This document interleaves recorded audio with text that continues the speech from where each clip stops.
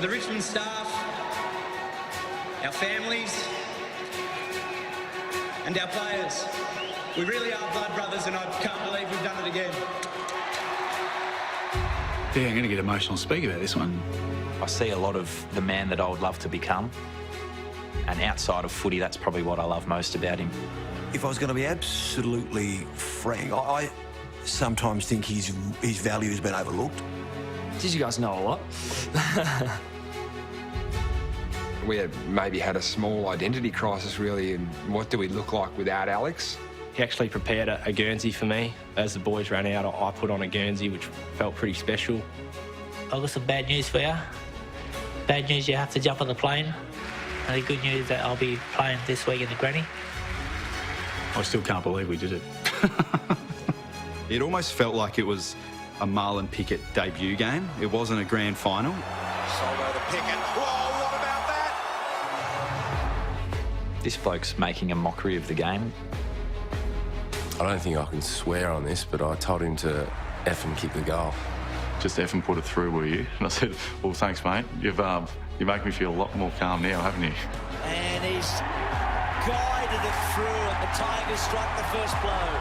It comes to a point where you're sort of just like, I'm not quite in a bit. I don't feel 100% what you feel.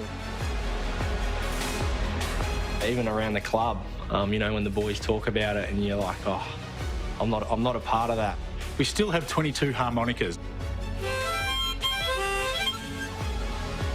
I just thought we were unstoppable in 2019, and I thought these boys are not going to be denied this premiership this year. And you can see with the smiles on our faces when we run out and go through the banner, you know, everyone's got a smile on their face because they're just so excited to be there on the big stage on grand final day. It's a premiership masterpiece from the Tigers, all in yellow and black.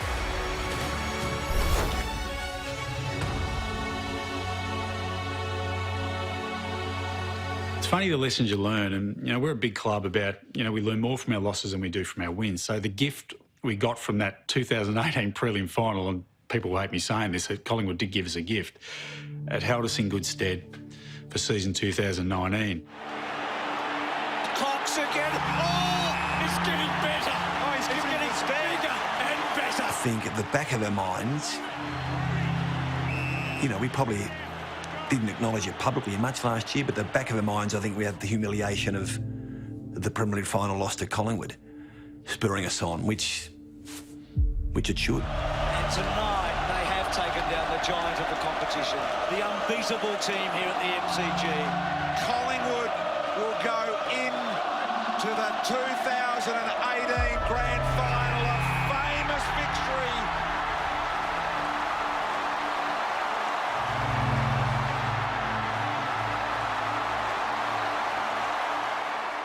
The boys are still on next year. It's going to be a great one. You know, I think it's going to be the year of redemption. I can't wait to tackle that. Gee, what a story this could turn out to be. Yeah, it was quite a traumatic period, the loss of Alex, because to us he was Superman. Rance holding the right knee. Yeah, that's a worry. It was tough.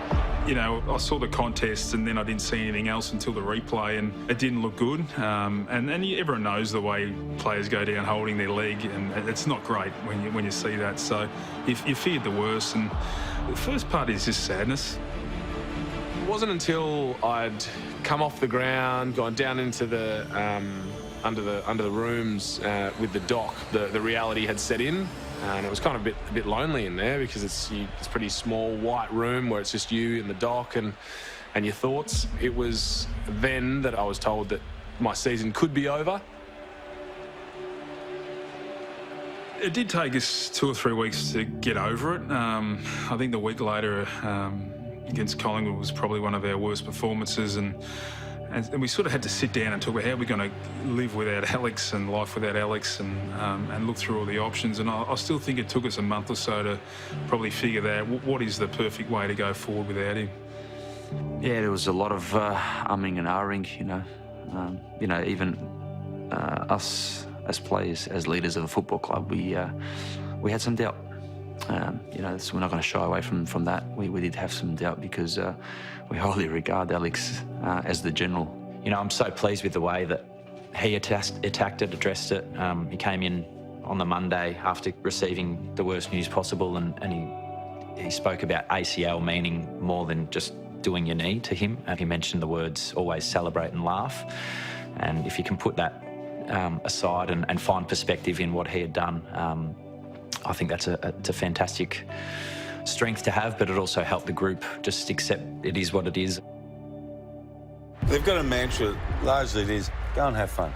That's what the players tell each other, what the coach says. This is mighty on the road without their big four. How have they done it? Damien Hardwick, the proudest man right now in the country. Yeah, they were coming hard, but it's a great effort by our lads. Yeah, like a proud dad at the moment, aren't you? I am. Looking forward to a beer. You know, I sit there and I look at our players, and you know, the lessons I've learned over the course of my term at the Richmond Footy Club is the more fun you have, the more relaxed the players are going to be, and they're going to perform at their very best. Sydney Stack just sat him down. Well, there's something we haven't seen before. Sydney Stack, what an influence that man has had on the Richmond Footy Club in a short space of time. When I was coming here, Jack said, you're going to have fun and you'll enjoy coming to work every day. And it's quite a unique thing to tell someone. We couldn't promise him the world. We couldn't promise him a premiership. We couldn't promise him that he'd go and play finals and whatnot, but we could promise him that he would have fun. It often resembles an episode of Seinfeld, if I'm perfectly honest, but it gets results for us. It's not going to say it's going to work for any other side, but, you know, we've just found that having fun, enjoying each other's company, embracing everyone's imperfections, but more importantly, acknowledging what their strengths are as a player and as a person, gets the very best out of our footy club. Fast rushing into premiership contention here, the Tigers. We've always had a philosophy about there's a contenders versus a pretenders, generally in August, you know, July, sort of August, really from that point of view. Every week I reckon there's a contender stands up and a pretender falls away, and that's where you start to find out that the sides that are really going to challenge. And you know, we have what we call Big Boy Month, which is a 4-week block of a period of tough games. It always seems to occur around that month that we build up quite highly in. They didn't concede the behind, and now they might concede a goal. Rewold! Tigers by 6. Doesn't get any better, Rui. Big Boy Month's been around for a few years now, and Dimmer loves pumping it up, and usually comes at that back end of the season where there's games against other contenders and other finals-bound sides that are what the football traditionalists would say 8-point games. Had it lost at Gardner Good, handball wide, Martin, brute strength, Dustin Martin at the Richmond end of the ground. How good is Dustin Martin? Then we thought we'd extend it. Look, obviously to make the top 4, we had to win all those games, and then we just went from, you know, Big Boy Month would then become Bigger Boy Month into the finals campaign. Martin, can he go with 6? Bending, yes he can.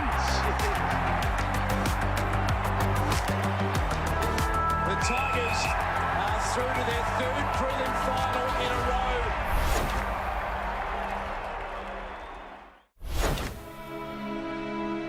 One of the girls said, oh, I've got a heap of rocks in my driveway. What do you want them for? She, don't worry about what we want them for, but you've got them in your driveway. She goes, yeah, I need to get them out anyhow, so I'll bring them in for you.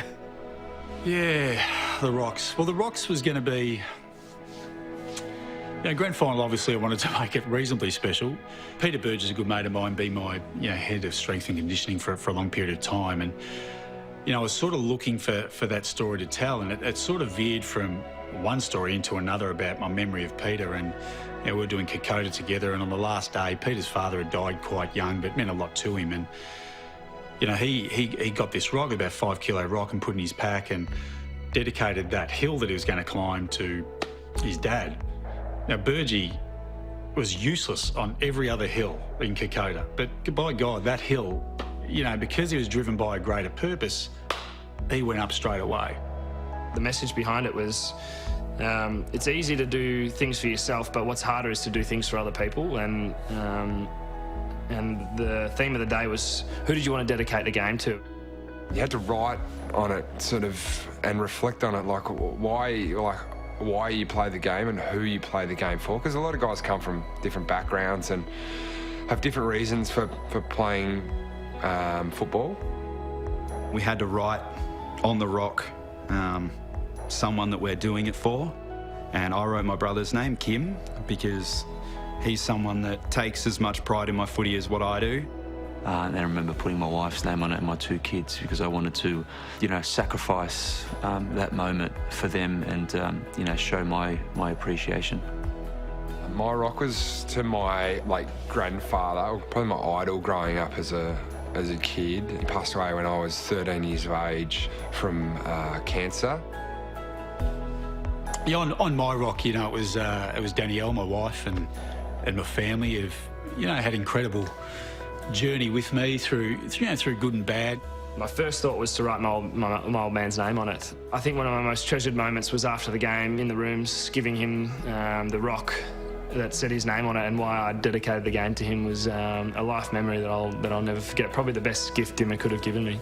Tessa, I remember walking out and seeing the players write the names on their rocks and thinking about the people that had helped them along the journey, and I sort of knew then that I thought we were going to have a good day. I think a lot of the boys wrote about their family. A few of the boys put Jack Graham on their rock and the amazing effort he did in that prelim final. Yeah, I wrote my family and Fridge Graham, just because of our close relationship through the midfield and, the really challenging way in which he missed another opportunity to play in a grand final.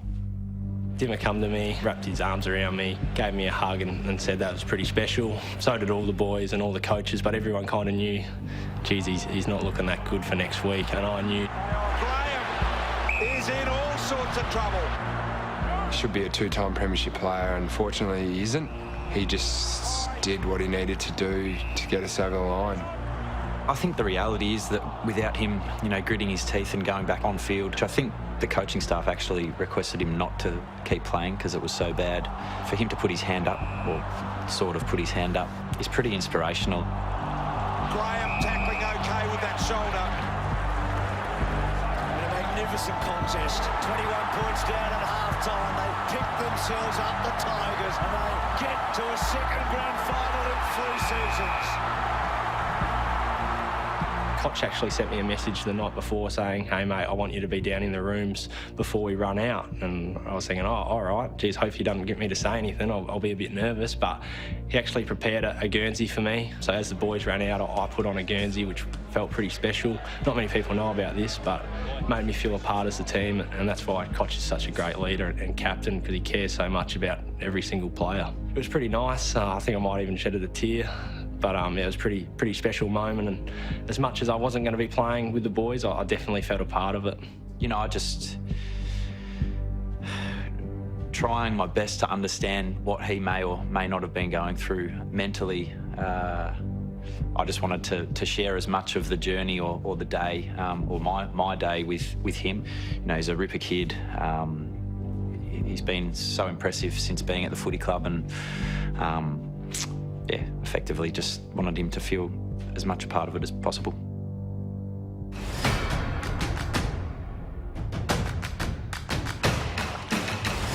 Marlon Pickett is going to be the first man since 1952 to make his debut in a VFL AFL grand final. It was a risk, absolutely it was, but, we thought about it long and hard, and we picked Marlon Pickett to play his first game. I still can't believe we did it. I was told that Thursday, Arvo.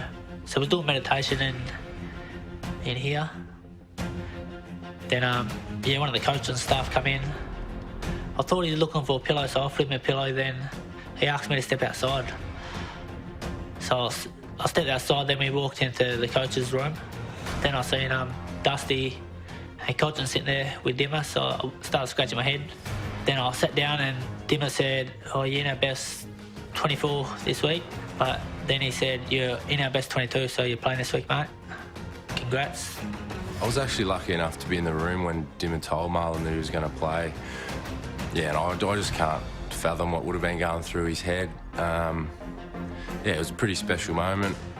Yeah, it was just, I feel it was Yeah, I feel it lifted the group because of the whole story and his story. But he deserved it. He'd been playing so well. I was in the boardroom and Brendan came through and he said, "Oh, can I talk to you for a minute?" And he said, "You won't believe it, they've just picked Marlon."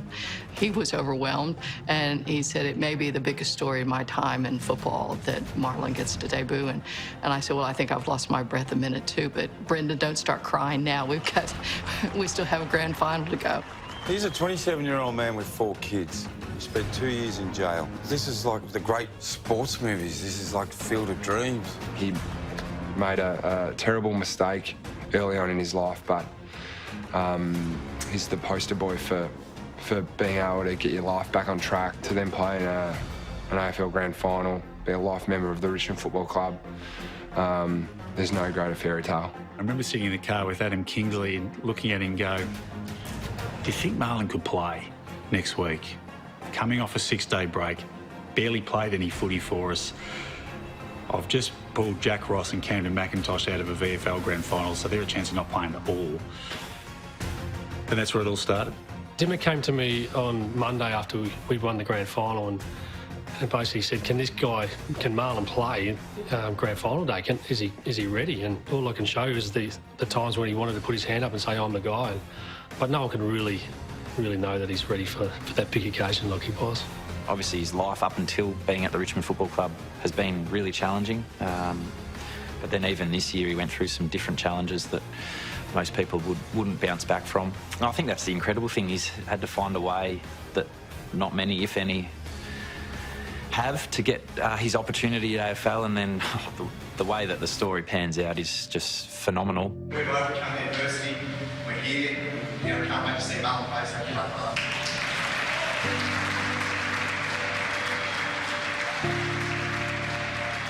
It almost felt like it was a Marlon Pickett debut game. It wasn't a grand final. It was because of Marlon's debut, and we were so rapt for him and the way he's been playing. We're so excited to see him play. We love seeing our debutants, see how they come up and handle it and play, and we'll help them and things like that. But I'm not going to say it felt like a grand final second after Marlon's debut game, but it definitely took some of the edge off of the game. The team backed me in, so I felt at home with the footy stuff. And yeah, just footy's footy. Doesn't matter if I'm playing amateurs, waffle or AFL, just I enjoy footy. Doesn't matter where it is or what level it is. I'm amazed. I am amazed. Gee, it's an ask. It's a big ask, and it has to have some risk attached to it. The flip side is if he does a couple of things early, they'll raise the roof. Whoa, what about that? Gee, Pickett has made a mark already, hasn't he? Hasn't looked out of place at all. I took the mark and I was walking back and I turned around and I kind of seen him out the corner of my eye, and I just gave him a little nod and just popped it out there. And it gives me chills thinking about that moment when he kicked that goal. It was fantastic. Martin looks to centre the football, and he's been able to find what could be the redemption story of Australian rules football. Marlon Pickett right in front and 35 out. If he kicks this will be one of the great roars in grand final history. Marlon Pickett lines up. That is something special, and it might be the most spectacular get-around of the year. One of the great footy stories ever. I actually was borderline crying when he kicked that goal, just from pure emotion. And the story, the ability for arguably the best player in the competition to go out of his way to kick that ball to a bloke in his first game I'm so proud of just the club for that reason. As for my brother-in-law, so probably like a month beforehand, month or two, he passed away back home. So it's hard times moving over here, leaving missus and their kids back home, grieving. Where I'm over here, living my dreams. So is one of my number one fans.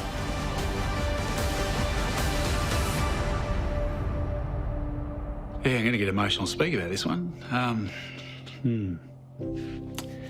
Trent's probably a guy that his journey is very much like mine. You know, we travelled together. We had some rough patches along the way, and then we sort of got through it. But You know, his season 2019 was incredibly difficult. You know, he'd had another baby, that was his third. He had 3 hamstring injuries. We weren't sure whether he was going to get back at all and play. I was really worried for him that if he did it again, that would be season over. Even the third one, we were really worried. And, you know, there's special players that do special things, and this guy does that. He single-handedly has turned this club around, and he gets the credit from within our 4 walls, and I think he's starting to get it outside. But he's been an incredible, you know, person to coach. He's an incredible man. He's an incredible player. He'll go down one of the all-time greats of our footy club, I've no doubt about it. Kick to Conscience, superb in the corridor. Go on, your He own. plays on with a bounce, runs to 50. This would bring the house down. A captain's goal. How sweet it is, eh? Every Richmond player gets to Richmond's inspirational leader.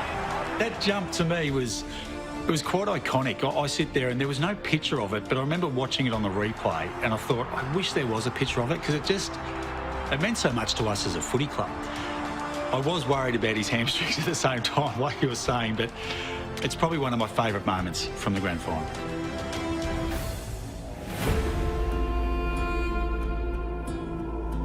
Well, in 2017, it was early in the third quarter and you feel the momentum go. But in 2019, about 10 minutes into the second quarter, I said, I think we can relax now. And Brendan's going, no, we can't. No, we can't. I said, whoa, karma, gods, footy gods. But she was, in hindsight, she was right. Doubling around Martin. He didn't want the body contact. He kept the body free. The pickup's unbelievable. That's the play of the game. That is the play of the game. They are just so watchable. So they're hugely admirable. And they play in such a way that it is so pleasing. It's Tiger time! 11 straight goals. What a celebration. What a team. And what a margin. I'm not sure we've seen a group play with such spirit and togetherness in a long period of time. As soon as they ratcheted it up at the start of the second quarter and the Giants couldn't match it, they couldn't go with them. They got jumpy and they go, oh, we've seen this before. And they got gored from there. Blake Carosello with 10 minutes to go said to Dimmer, do you want to go down on the bench? Tim was like, there's 10 minutes to go, Blake. What do you want me to do down there? It was a weird situation of being so far in front on that big stage, but, you know, no one really knew how to behave. Shaw tries to attack the footy. Martin able to pick it up and turns around the corner and Dusty just nails another one home for the Tigers. Yeah, it was actually a pretty similar spot to 2017 when the siren went, because Jack come up to me and he goes, get near me, there's only 1 second to go. And so we made sure we were close to each other, because 2017, me, him and Grigor made sure we were near each other when the siren went, and me and Jack did the same thing again this year, so it was very special. The Tigers are premiers for the 12th time in their history. It's a premiership masterpiece from the Tigers. All in yellow and black. The siren sounds. Richmond are premiers.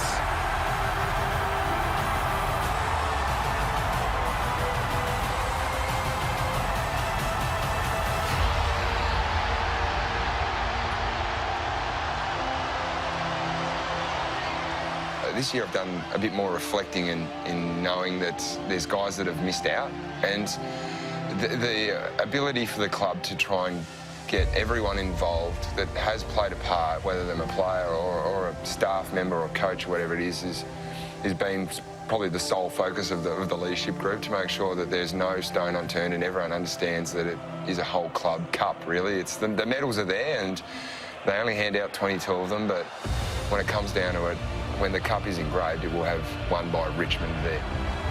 This year I made a significant effort to actually hold back and watch the boys do their lap of honour and so forth. And that was really quite a humbling experience for me. You know, I had my kids on the field, I just made a mental note of from 2017 just to really just take more of it in, and you just realise how much it means to now Richmond people. And how big is this, that this is now a dynasty at Punt Road?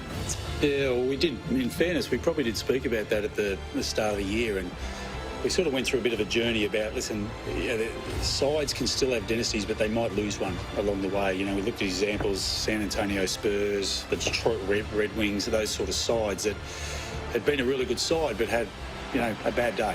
And it's easy to sit here in hindsight and say it was, but I think we had absolute belief that we could get back and play to the very best of our ability from, our pre-season camp this year. I don't like to use the word shocked, but I'm still... I can't come to terms that we've just won a premiership.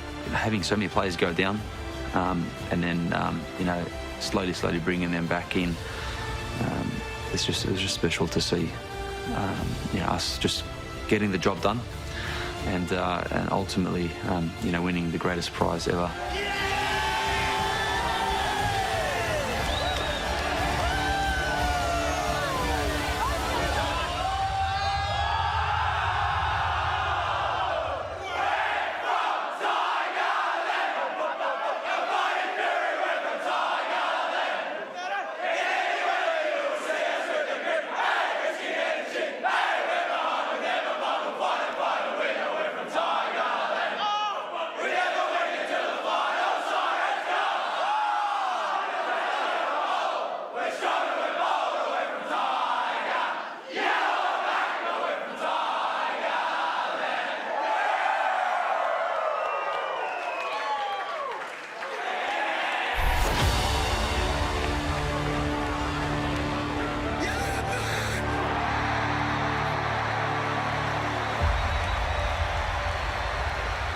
This has been a Fox Sports production.